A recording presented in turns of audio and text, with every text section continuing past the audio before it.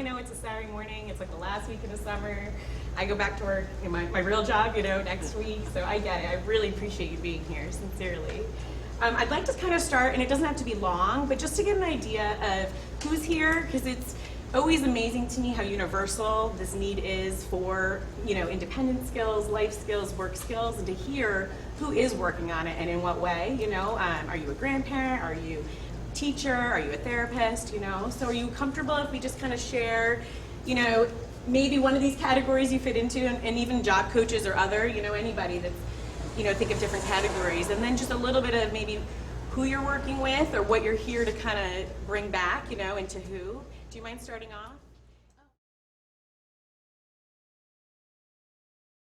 So one other thing too, I have this little idea, and you'll see in there's this idea list. You guys have index cards. If you have any website you use all the time, a book you love, a job you've tried, any kind of tip or trick you want to share with all of us, you can write it on that index card, and we'll collect them in a basket in a little bit, and I'll just share them, and we can kind of add them to here, so you can kind of learn from each other too. I put a few on this list just to start of things I love. There is a grant program with Staples that I know at least 20 programs that use I Can Work that have received $1,000 to $3,000 in grant money to run the program. So don't be shy, go on there, check that out. Staples is just remarkable. And so that is one thing on that career readiness idea list. Also, Autism Speaks has a phenomenal employment toolkit that's just free. You download the PDF and it's huge. It's like 100 pages, it's a really nice resource. So I included that there. And then there's also just a little link for a YouTube video with over, 50 ideas of just different tasks to try related to vocation. So as we go, I'll pull cards and you can add to that list if you're comfortable, but no pressure.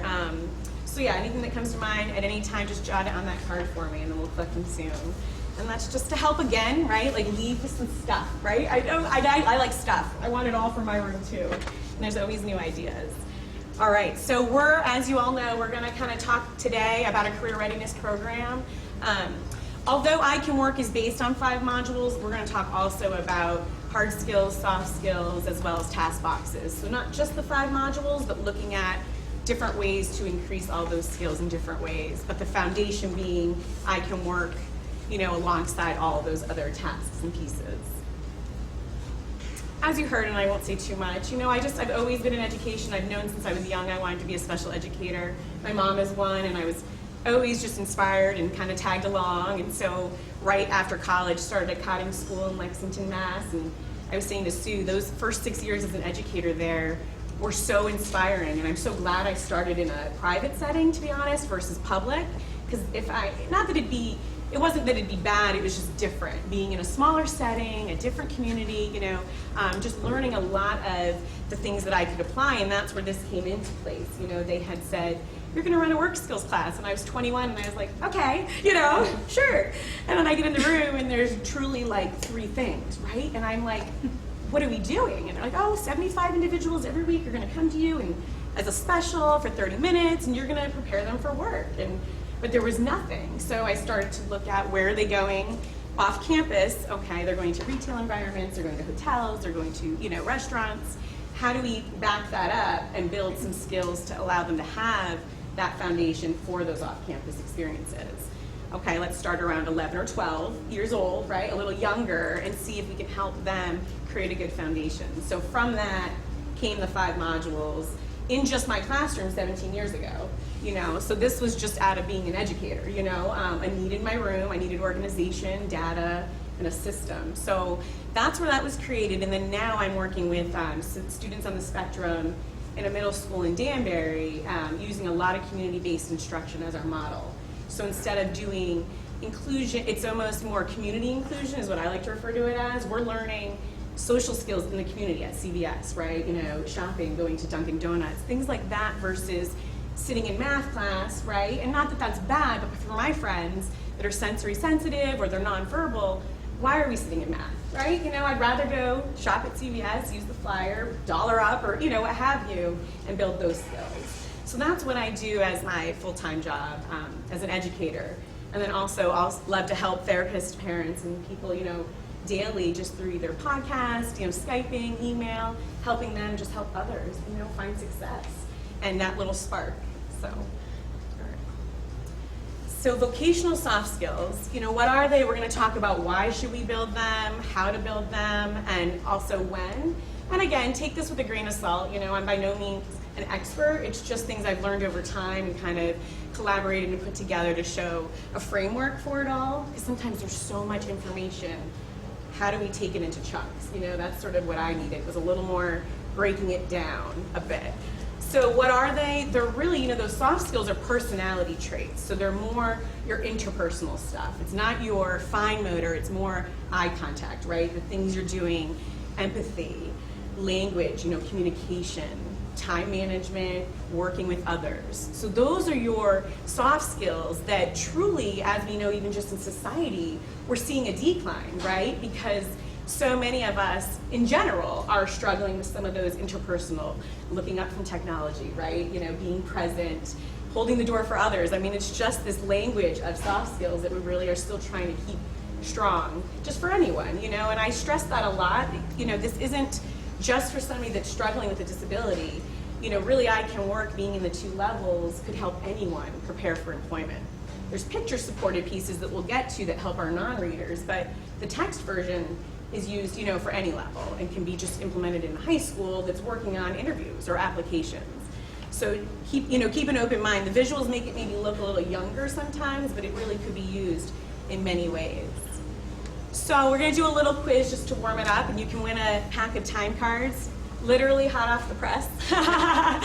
So, cheesy teacher, you'll have to raise your hand. So just so I know, does anybody know what is the most in-demand soft skill?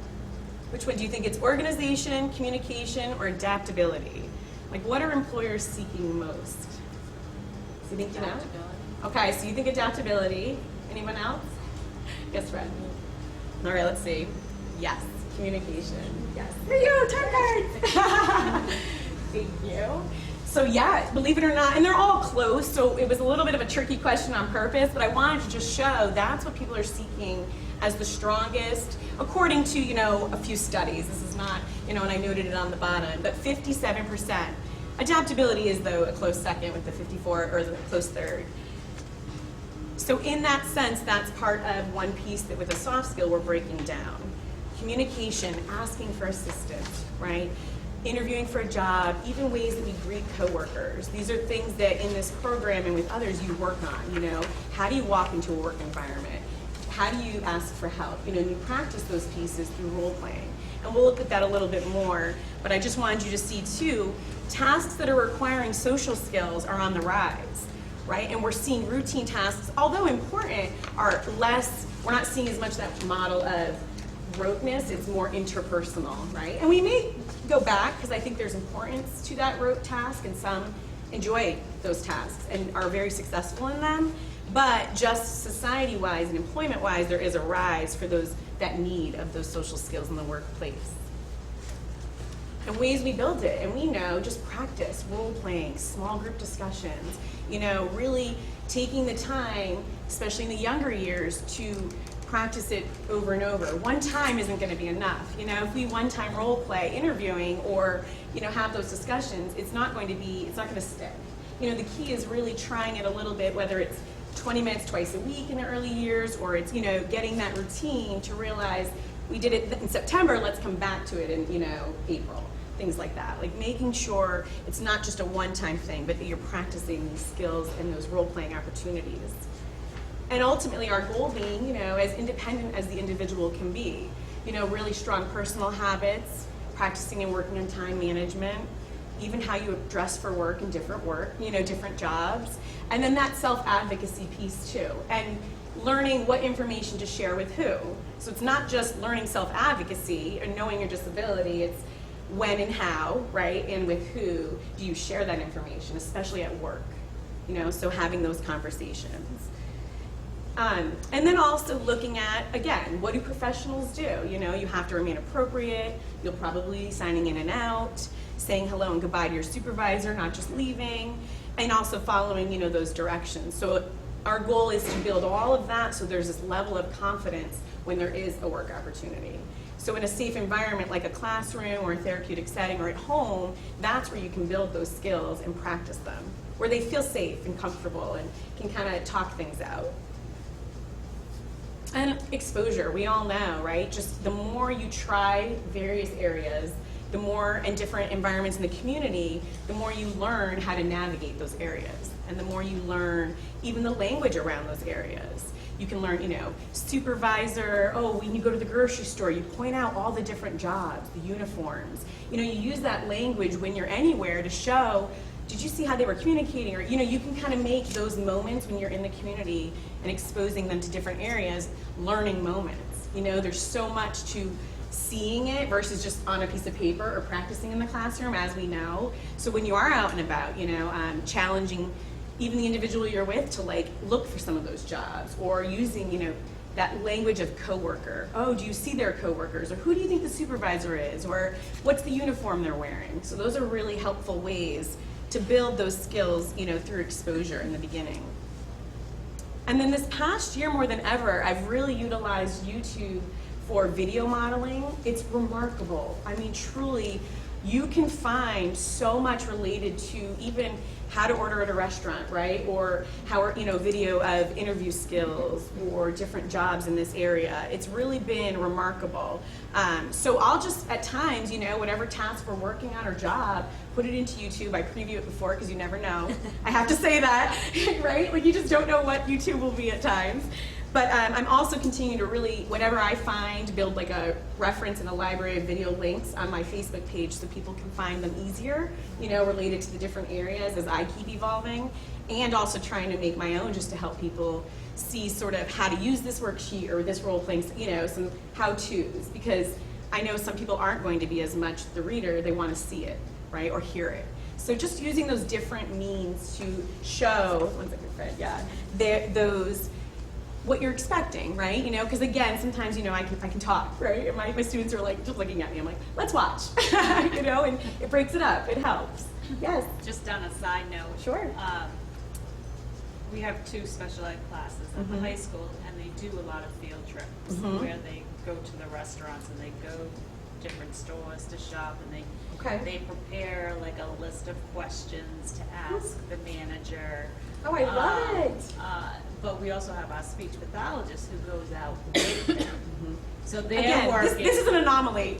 Yeah, so they're working on the, Yes. she's working on it while I go out to the job sites. Yeah. She's going out into the community when they do their field trips, whether it's the mall, the local plazas, Yeah, that's huge. restaurants. Yeah, that's wonderful. I like the idea when you are in the community, taking a minute to, you know, because usually they don't mind. I've been very fortunate when we've been in the community where if I find someone that's working and I'm like, can you just ask me a few questions? Or usually most people are very open, and I think that helps that person too, right? They There's usually so plan much. it before, like, okay. and calls, and Okay. is this okay if they come in, ask That's you great. questions regarding the different jobs. Okay, things that's like that, wonderful. Yeah, you know, I think that is the key, is just sort of like taking the time to learn more. And then again, it helps, I feel like, that environment also learn about the variety of individuals in our world, right? Like, it's a win-win. I feel like the community-based learning and instruction just helps us all see that there are a variety of ways, right, to work and a variety of individuals, and that we can all be successful in that sense, you know? It's really nice. So, you know, we're really just ultimately trying to really build these soft skills to help these individuals be successful. That's our ultimate goal. We want them to work well with others, work on being flexible, help, you know, asking for assistance, as well as that social and emotional piece, right? That's, you know, that's really what we're trying to build to help that just carry over to the post-high school years. You know, those social service jobs and social tasks, again, just showing you they're really on the rise. You know, we're seeing more of a demand for those kind of pieces versus what we were saying before, those routine tasks. So it's just it's a nice visual to show why we're building these soft skills and why we're really pushing for around 11, 12 years old, or even maybe the elementary eventually, you know? I don't see why not, you know, but I can't even get public schools yet to work on 11-year-olds, so I'm gonna start there and then push for elementary, you know? But I think that's the time, because again, then when you get to middle school, you've heard it, you've tried it, right? And then there's more confidence, and then you're gonna keep trying it and practicing it, but maybe it's another level now. Yes? Just really quick, come back to the other slide. Sure. Where did you reference that data from? I can't. I know it is hard to see. So that is the U.S. Department of Labor. and that was in 2011, so it is a little bit older. It is hard to find, as we all know, things related to vocation, especially for our area of need, right? And some real data that's showing what's working, what's not, you know, or what is our area of need. So I'm always trying to stay on top of that and find things related, just to give us that reference. You know, the soft skills, again, a lot of that is going to be discussions and practice and, you know, verbal in a sense, because you're really trying to role play and practice those things. It's not as much as a hard skill where you're getting a task and doing. So I really like to use the KWL. It's something, you know, we all know. And in the program, it has it for each of the different modules and the jobs. So it's a, what do you know, what do you want to know, and what did you learn? So before we would talk about, let's say, an office worker, I'd be like, do we even know what that is? You know, you can talk whole group, or you can do it individually, where they fill out what they know, or they think they know, and then we share and we learn, and we write what we learn, you know, what we know about it, and then at the end, you're able to say, what did we learn about the office, you know, whatever you talked about. And it's a nice data tool, but it also gives a nice, it shows where did you start and where did we end, right? And then again, in a year, you're going to want to probably go back to it. That's what I like to do. And then you talk about it again. And do you remember what you learned? Or did anything stand out? Things like that. So using something just to kind of guide those discussions helps. And you can, a KWL can be anywhere, you guys know, like, or just the concept. But yeah, what do you know? What do you want to know? And what did we learn? All right, it's another quiz, because I can't help it. Because I'm excited. So, what is the top industry where soft skills are most common? What do you think? Restaurants. Okay, anybody else? Good, good. Let's see, you're correct though, yes, good job. Yeah. Yep, very nice. Congrats, time cards. I know, such a dork. All right, so yes, restaurants, exactly. Now again, retail is close, and so is health, wellness, and fitness. Those were like the top. But I found that to be interesting, and I think we know that when we go in those environments, especially restaurants and such, there's so much importance to that, right? The communication and the eye contact, and you know what I mean, the way you're interacting. So again, it's really, as we know, it's not going to mean anything if it's just do and be done. You know, it's tying it into making it meaningful, and anything we do in life, you know, not even just vocation, but for our friends that are, you know, are learning, we want it to be, why are you doing this? You know, really having them tie into the purpose of it, not just the busyness of it, you know. And although it may feel silly to talk to them about, you know, this is for later, or this is for when you're, you know, out of high school or what have you, hearing that seed gets planted. You know, they get motivated, or they start to have a vision, or they start to believe in themselves, or they know you see them there. And even knowing that helps the individual, I think, really feel better about the future and the process along the way. So for the area of soft skills, do we have any like questions just with that first part of sort of, yeah, please. Just one experience. Sure. My son is 25, I think that's what it Okay, is. okay. It has to be in multiple settings. Yes. You can say it till you're blue in the Mhm. face. And he went to, after he failed in several places, and then he Okay. went to a program for young adults. He goes, Mom, you know, if your nails get lower, higher than your fingernails, you have to cut them. No. Really? Exactly. So, you know, I have to change my clothes before I Wow. wear. You know, I have to wash. I mean, Yeah. all that stuff.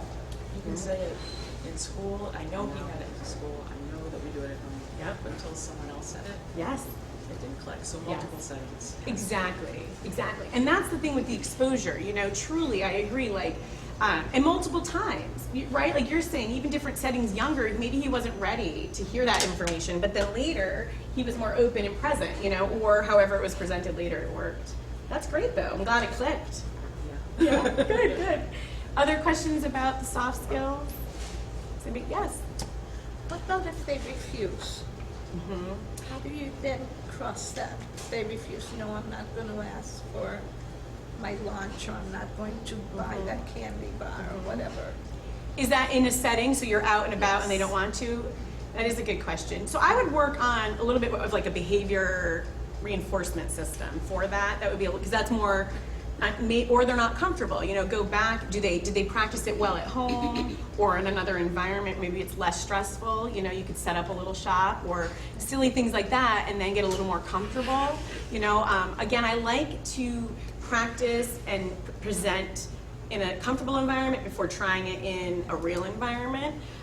Or maybe they just want a little bit of a script, or maybe they're less comfortable to say it, but maybe they could go up and just point, right? And that might alleviate some of the pressure at first. They will do it if you're with them, Okay. right next to them, not Okay. like over here and you're there. Yeah.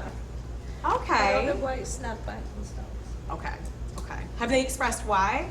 Are they able to sort of No. say why? Okay, I wasn't sure. Okay. I'll think on that a little more. But yeah, how old are the individuals that you're? 14. Okay. Well, and that's part of it too. 14's tough, right? We all know. Yeah, 14's but a it tough happened at age. You're any- embarrassed, you It know. happened at all ages. Yeah. Well, I'm glad you're trying. I have to say that's huge. You know, that you're encouraging the independence and that they're ultimately like being encouraged to do it. That really is the key right there. You know, you believe in them and baby steps, you know, maybe every time you step back a little more, but not you're here, I'm now over here. You know, maybe you could just be a little far removed and then the next time a little more and see that way. I don't know. Other suggestions for our friend? Does that make sense or is there things? Okay. Because I don't always know. Other questions? Yeah, please. I was gonna say, in that instance, you try and fade the prompt. You start out doing all the prompting and then do Oh, yes. partial verbal prompting, then just Oh, she's an ABA gesture. tech. Yeah. Yeah, sorry. That's all right. But, you know, So, basically, yeah. you Yeah. start removing yourself from the process, but you have to, you Right. do have to. Right. You So know, instead of that's- saying like pay now, you could like just point. You Right. know, like so your verbal's taken away. So you're still maybe there, but now you're just gesturing for what they should do versus prompting them verbally. Yep. And then eventually you're not even pointing. and I'll things hand like him the that. money and then expect him to just That's unload the awesome. cart, Yeah. you know. So good. I've even let him put the card in. Yes, yes, I know. That's so good. Good for you. I have a friend that loves all the buttons, so we're working on like, nope. You know what I mean? I'm like, but again, that's why you practice. You know what I mean? And you set those standards and that expectation, and you're consistent with it. You know, when you go to the store, you expect them to pay or buy something, and you don't waver on that because we know sometimes if you waver, then you've lost all that you've built up for because now it's like, oh, one time I went and I didn't have to do it. You know what I mean? So it is important to be consistent. I think with those expectations, you know, in those places. And a if you separate can. carriage helps too, because they Okay. own what's actually in the carriage.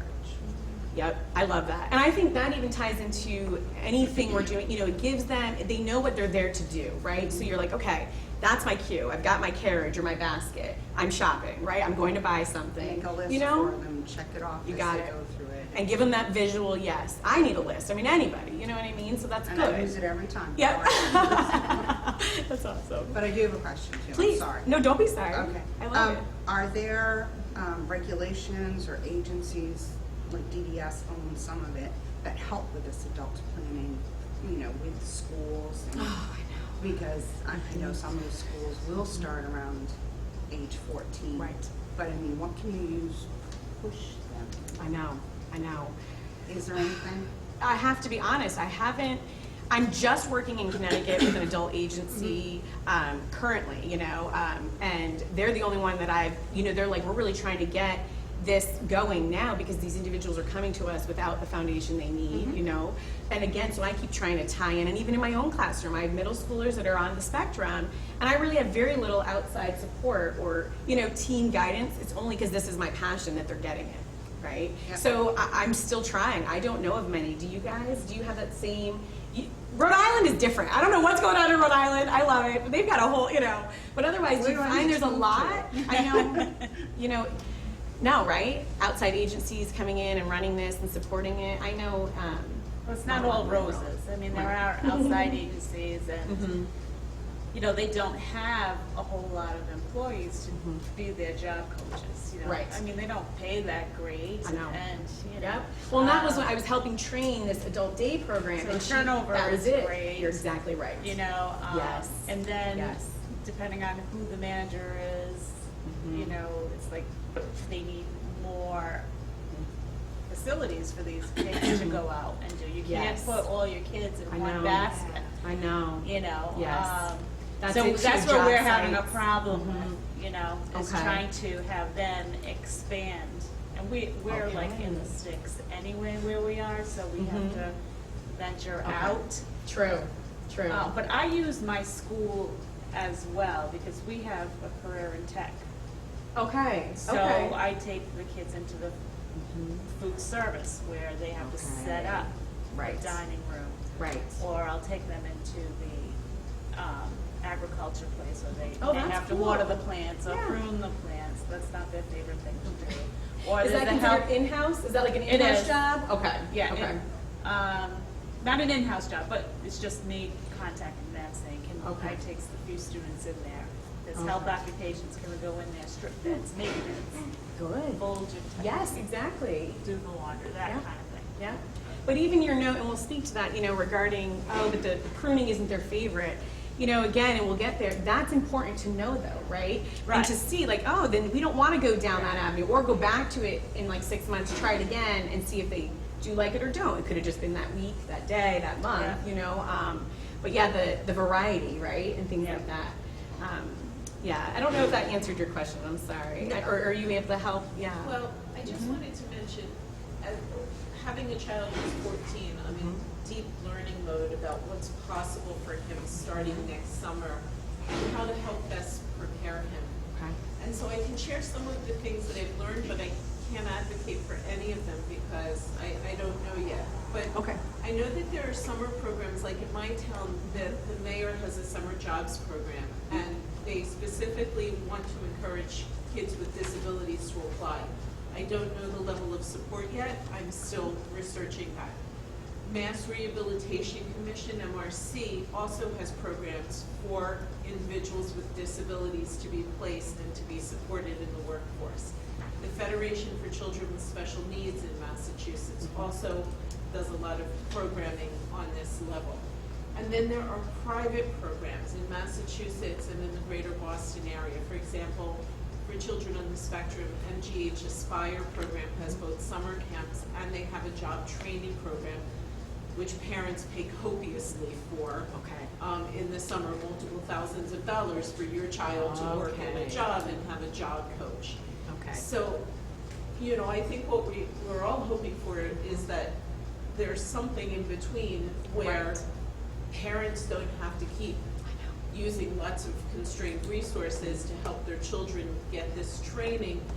But, the federal or state agencies typically don't have a lot of money either, right? So then the schools want everyone else to do it, and everyone else wants the schools to do it. Yes. And as parents, this is, it becomes this whole sharing of who's paying for it and who's doing it. Right, and then before the person you're supporting is 15 or 16, and you're like, how did we get here, right, so quickly, and we haven't really focused on this area yet, I think, and then sometimes it feels scary. I've been in those meetings where it's like, Yes, but you have to be 18 You know, for that program. okay, that's what I was wondering too, if you had to be My son 18. had to be 18, but he went Okay. through the school system Okay, and got nothing. And then he got out and he was like, oh my God, what do we do? right, right. Which system? Yeah, There's a program at Jewish Vocational Services but you have to finish high school. Okay, that helps Okay. place individuals with disabilities in jobs in the He went through, community. it was an 8-week, every day, 8 to 4 program. Okay. Learning all the soft skills. okay. Fingernail, everything. Yes, oh, is that He was where? exhausted. He was Yeah. absolutely exhausted, we know, but he was also, they helped him get a job. And they went with him to the interview and they supported him for like 6 months afterwards. So they were really good, but then it stopped. Doesn't Seven Okay. Hills, that's in Worcester, or anything near Worcester? No, where was that one? This was in Boston. Are He you had- he near had- Worcester? No, Oh, I'm definitely not okay, sure. okay, because I think Did you have to pay for Seven that? Hills, a lot of our GBS, kids yeah. transition to a program Oh, at I think Seven so. Hills. I'm- But We did not have to Okay. do that. It was also 3 years ago. Oh, and they have a grant.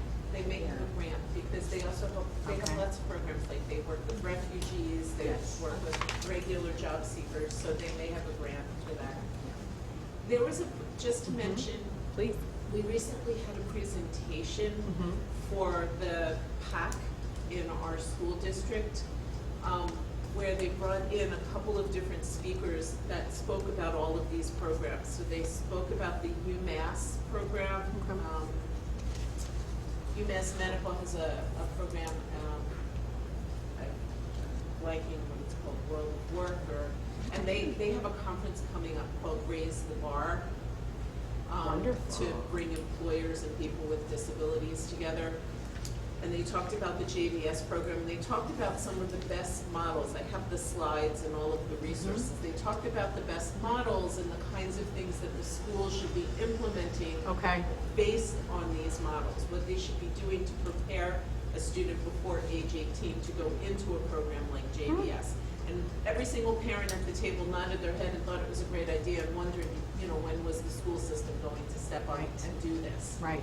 Right. So they're bringing, there are experts out there who are assessing this and who are saying what the best programs are. We're not there yet. Right. What's the Right. JVS stand for? Jewish Vocational Services. They're in, having worked for them 25 years ago, I Oh, can tell really? you, they're a nonprofit, non-sectarian organization.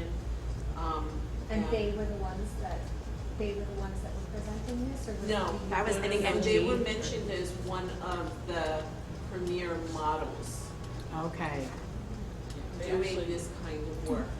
Yeah, I'm gonna collect. I know. And where It's on their cards. Yeah. Yeah, I know. We need cards. you That's great. said they made the, you know, like the prerequisite for, who did that? So this was part of a presentation that was done to parents in my school system. Yeah. And it was a private consultant. I can send you her information Great. and some of the slides. It was there was an attorney and somebody else, but they were talking about best practices in preparing the kids and which programs were proven to be most Okay. effective in the Okay. community. What were the models that if you're going to build something, what should it look like? Oh, I'm intrigued. I would love to see. Wow. That's excellent. But I agree, the frustration does come back to, this is all great, but how do we get, you know, the schools to kind of, you know, take it on or have a little bit of a system? And so I really do keep pushing, you know, and encouraging and trying to, you know, connect with a variety of people that then share it, and then hopefully, you know what I mean, you'll be like, oh, there's I Can Work, and then maybe that gets the conversation going, you know what I mean, like, or things like that, you know, and again, all that you guys are doing is really showing the need too, you know, and attending these conferences and expressing, you know, at these IEP meetings and things, you know, when to start it and how, you know, but it is one thing just to say we need Voc, and then another to say, let's try it here, you know, or have an actual way to start it. Yes. Can I just build on that? I'm sorry. Please, don't be sorry. I mean, One- does anybody mind? This is One of good the stuff. best practices that they said was that parents should be building goals into the IEPs to hold the schools accountable. Yes. And Yes. most of the schools can't meet those goals yet, Mm. but if you don't put them in the IEP, Mhm. they won't begin to address it. And if every parent starts You're right. building it into the IEP from like age 14 Yes. onward, it will be something that the school has to begin to figure out how they're going to deliver. That's wonderful. I put it in my goals. Yes. That's OT Me too. goals. Good. Yes. Yep. I agree. Vocational Exactly. tasks It that can be I- exposure, right? You know, Yeah. even in-house jobs. Why are we so afraid, right, to try some things and we'll see, you know, in our own school setting? You know, and sometimes I'm surprised, even in a school setting, the reservation to that. And I'm like, but this is a safe community for our friends. Like, this should be welcoming, right? But people, again, are reserved, and we have to like break that a bit. Sometimes me and the special ed teacher will piggyback on Yep. that goal Yep. because Oh, yeah. she's collecting a lot of the data Mhm. because they're doing it in the classroom Right. because it's an ADL Yes. classroom. Exactly. you know? That's me too. Yep. Yeah. Yep. You Yeah. also have to remember, Okay. having been a parent and Yes. going through this, that parents are on a journey and they might Mhm. not be ready in elementary. Exactly. To let you do this. You're We exactly need right. Proposed job completion or project completion, and they still want their kids to be with everybody else. You're and they're exactly not right. ready to hear it. It's Mhm. really not until they continually, the regular kids go here and their kids do this. Mhm. Yeah, middle Until school's it's that middle school time, is right, that- where that you, critical time you're when they're like, exactly right. Okay, now we're ready. Yes, yes, you're right, you are, 'Cause absolutely. We try to do all sorts of cooking and selling baked, you know, all that Yeah, in-school stuff. And we got a lot of pushback recently, but it depends Okay. on the group of parents. yes. And So they weren't what their ready mindset to is. do, They weren't okay, ready and they're okay. accepting who their kid is. Right, and right. what they can. I know, and yeah, it really is, I know. It's a balance. It is a balance, and the language is sensitive, you know, it really is. Yes, Oh, I yeah. was just, sorry, again, from an ABA perspective, Mhm. if you are able to get ABA for your child now, you know, Massachusetts does cover disabilities. And Yes. you can work with BCBA and get some of these life skills built as a program into your ABA and force some of those issues. So it's after school. Right. They're working with someone different because as a parent, you get pushed back and they want to play video games Right, and they want right. to do whatever. Yes. But a third party, You're right. you know, Yeah. you can get the BCBA to start doing that, and they'll come to IEP meetings too, Right. and share those programs, especially when you have a receptive school. Right. Agreed. Agreed. Definitely. Does anybody have little cards that we could collect just to put in the basket for the ideas? We'll start, and then I may just at the end, maybe I lay the cards out and we can kind of look at, is that the easiest way? Because me reading them, that will be tricky, you know, and I'll have them up here and we can kind of see everyone's ideas. Okay, that might be the easiest way. So do you mind, if I just pass the basket around, is that okay? Just put them in if you have that idea. And if not, no pressure. It's just something I thought because I love all that cheesiness. I'm gonna have to go real close for my So thank you for sharing. I really, as you can tell, like we all come from different backgrounds, but I think again, like we're feeling that same desire, you know.